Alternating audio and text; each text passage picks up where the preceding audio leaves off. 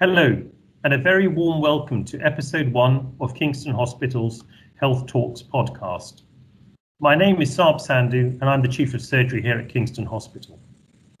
This podcast is for members of Kingston Hospital and for members of our local community. If you would like to become a member of Kingston Hospital, please visit our website. It's a great way to support the hospital, stay up to date with all our latest initiatives, and be involved in our plans. Today's discussions will focus on the topic of improving health, and I'm delighted to be joined today by Lauren, a specialist staff health and wellbeing physiotherapist here at Kingston, Juliet Butler, team lead physiotherapist for care of the elderly, and Anuradha, one of our adult dietitians. Thank you all very much for joining me today. So Lauren, what advice would you give people at home who are looking for some tips for keeping fit, particularly at a time when they may be working from home and sitting at their desk for long periods of time? So there's a lot of advice out there around exercise, but the guidelines for adults regarding how much exercise we should be aiming to do is to be physically active every day of the week in some way or another. So any activity is better than none, and more is better still.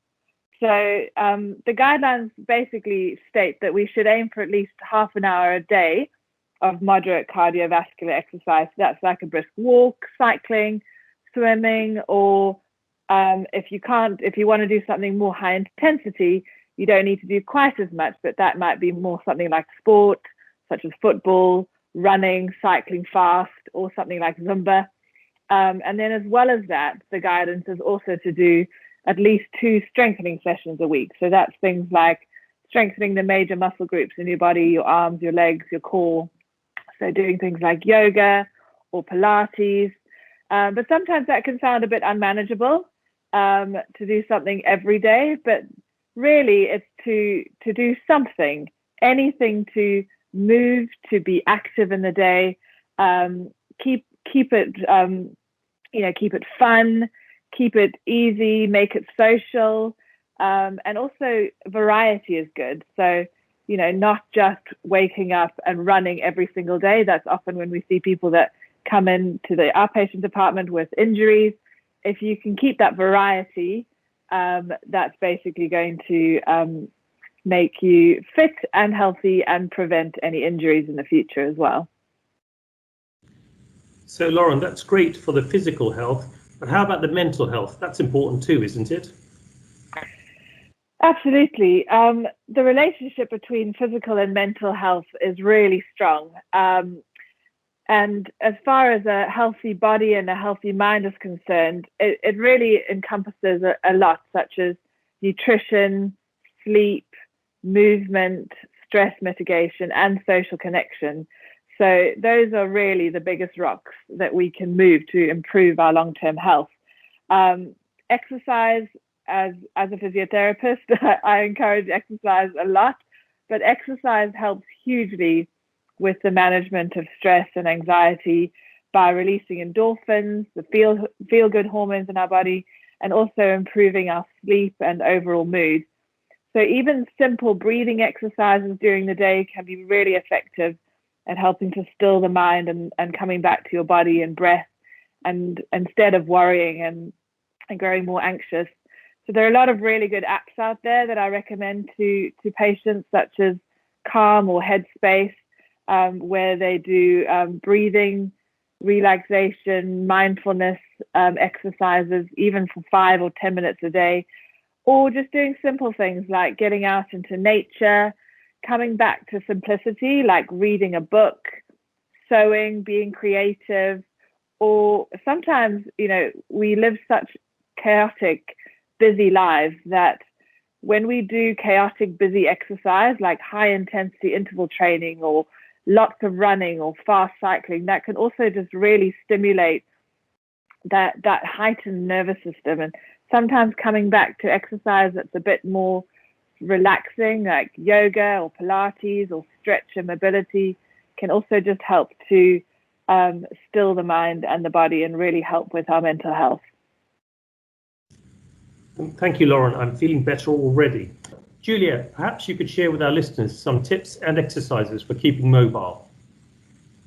Yeah, just to echo what Lauren was saying, that any exercise is good, and the more that you can do, the better. But maybe we should look at it more in terms of activity as opposed to exercise. So it doesn't have to be an exercise for the sake of exercise. Any activity in your life, that when you're getting physically active, is good for you. And the Chief Medical Officer describes exercise as a wonder drug. So the benefits of exercise are just immense. And there's very little risk to exercise, and it can be free or very cheap. It just helps people to live longer and better lives, to live their best lives. It reduces your chance of getting lots of comorbidities, the big killers of cardiovascular diseases, some cancers, diabetes. It can ward off dementia. If you exercise and you learn a new skill, so you're challenging your body at the same time as thinking. If we exercise, strength training is really important for things like osteoporosis. So we need to get some sort of impact, so walking or running or using some weights to pull on the bones. So any exercise is good for us, and the more we can do, the better. Thank you, Juliet. I think there are some tips that could benefit all of us here, and I certainly think that exercise is good for us. Apart from exercise, eating is important. So, Anuradha, what do you think we should do? Because if you keep eating the wrong stuff, it doesn't matter how much you exercise, it's not going to do you that much good. Absolutely. Now, a lot of people think having a healthy, balanced diet and a lifestyle is this really big undertaking. It's expensive, it's very difficult to start, but actually it doesn't have to be. A healthy, balanced diet doesn't categorize foods as good or bad for you, and you shouldn't be cutting out major food groups, which is often the things which the fad diets often advise you to do. Food is something we should be enjoying. It's part of our culture, and it should allow us to feel and function at our best. It's a fuel for our bodies, to say.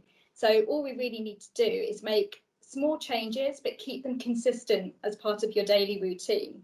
So if we think about the basics around healthy eating, then having a very balanced diet, including all of your 5 major food groups, is very important.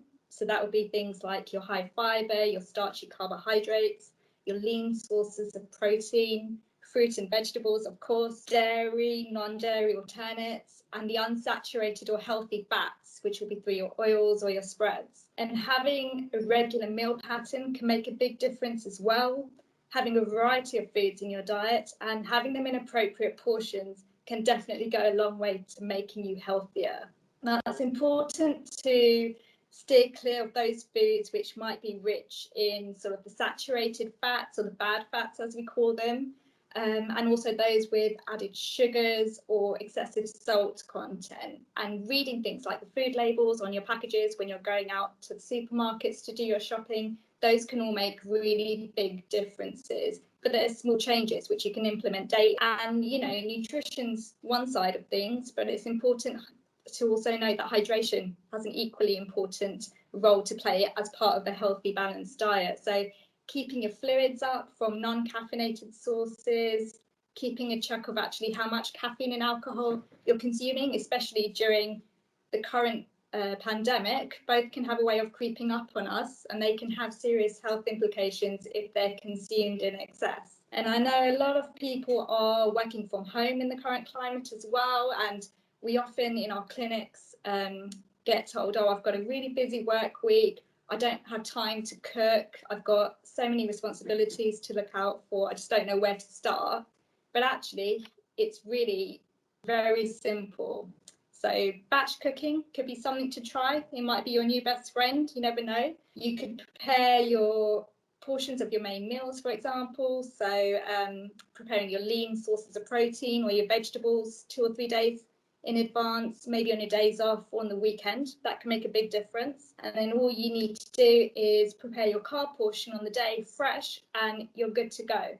And actually, that would probably take you a shorter amount of time than it would putting in an order through on a Deliveroo app or an Uber Eats app. And actually your wallet might thank you as well, which is always a perk. Now, working from home doesn't mean you can't prepare your lunch the night before as you would for a normal working day. You could pre-portion your snacks. You could think about high protein, high fiber, nutrient-rich choices. So don't always grab the biscuits or the chocolates that are just sitting out with your cup of tea. Try and go for maybe keeping a water bottle next to you in your workspace, or having a separate jug filled with water, just as a reminder for you to hydrate through the day. And if you need more guidance or inspiration about where to start, or how to get started, where you can access resources, then staff here at the Trust can access the Kickstart Nutrition resources, which we have on the intranet. The members of the general public can always go to their local GP and ask for a referral to their local dietetic service, where they can get evidence-based, science-based, personalised advice tailored to them and their needs. Also, in the meantime, the NHS website or the government's Better Health campaign resources are a really good place to start and just get familiar with what we mean by a healthy, balanced diet. And as my colleagues have touched upon, nutrition is just one part really of the jigsaw of overall better health.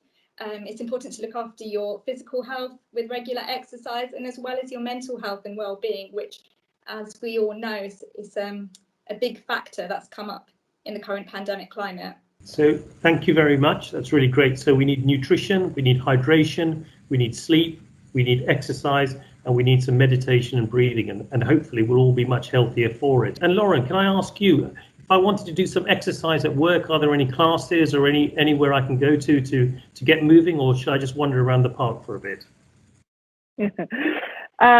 Well, I mean, at the moment, due to the pandemic, there are no classes happening. Even in the gyms at the moment, there's no classes until May, I think. But there's a lot of stuff online. We have on the Kingston Hospital YouTube channel, we have a health and wellbeing playlist where I have filmed a lot of exercise classes. So a lot of Pilates classes, strength classes, anything from 5 minutes to an hour. But like I said, little and often, even like in your lunch break, going for a walk around the block can be hugely beneficial. Maybe taking the stairs instead of taking the lift. I spoke a little bit about desk exercises, but sometimes even the smallest things that you can do, if you're at work and you can't get away, like shoulder rolls, spine twists, glute squeezes, anything like just moving wherever you are, even if you're standing most of the day, doing things like calf raises or little mini squats. There's lots of ways that we can incorporate movement into our day without necessarily going to a gym or doing an exercise class.